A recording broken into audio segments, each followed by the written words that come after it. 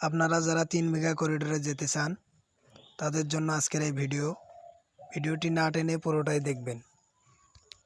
আপনারা বাংলাদেশের যে কোনো জায়গা থেকে এই স্থানটি দেখতে আসতে পারেন। ট্রেন দিয়ে আপনারা খুব কম খরচে 3 বিঘা করিডোরে আসতে পারবেন। এই জন্য আমরা ট্রেনে করেই যাচ্ছি।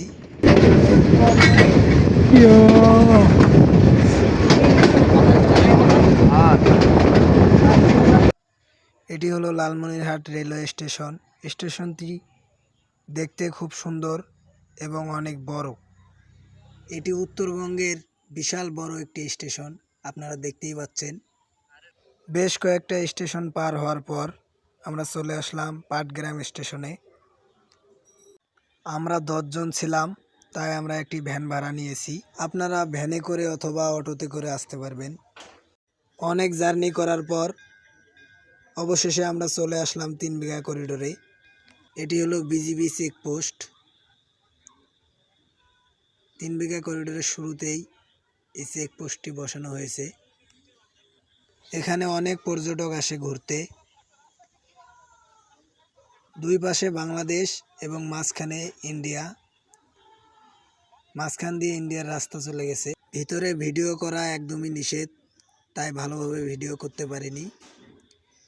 ইন্ডিয়ান বর্ডার গার্ড আমাদের ভিডিও করতে দেয়নি। এখানে ভিডিও করা পুরোপুরি নিষেধ। মানা করা সত্ত্বেও আমি ভিডিও করেছি আপনাদেরকে দেখানোর জন্য। আমরা একসঙ্গে 10 জন গিয়েছিলাম ঘুরতে। জায়গাটি দেখতে ছোটোখাটো একটি পার্কের মতো।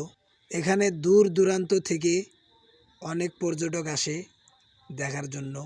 এতক্ষণ আমরা ইন্ডিয়ার ভিতরে ছিলাম, এখন আমরা আবার বাংলাদেশে ঢুকে পড়লাম। এখানে আবার দেখতে পাচ্ছেন বিজিবির চেকপোস্ট। এখানে ঘুরতে আসলে বাংলাদেশ ইন্ডিয়া বর্ডার সম্পর্কে আপনারা অনেক কিছু জানতে পারবেন। সকলেই ঘুরতে আসবেন এখানে। আজকের মতো ভিডিও এই পর্যন্তই। সকলে আমার ইউটিউব চ্যানেলটি সাবস্ক্রাইব করে দেবেন। ধন্যবাদ।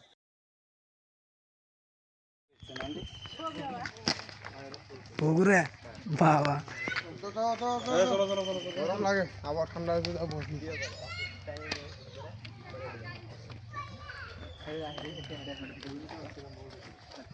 আমার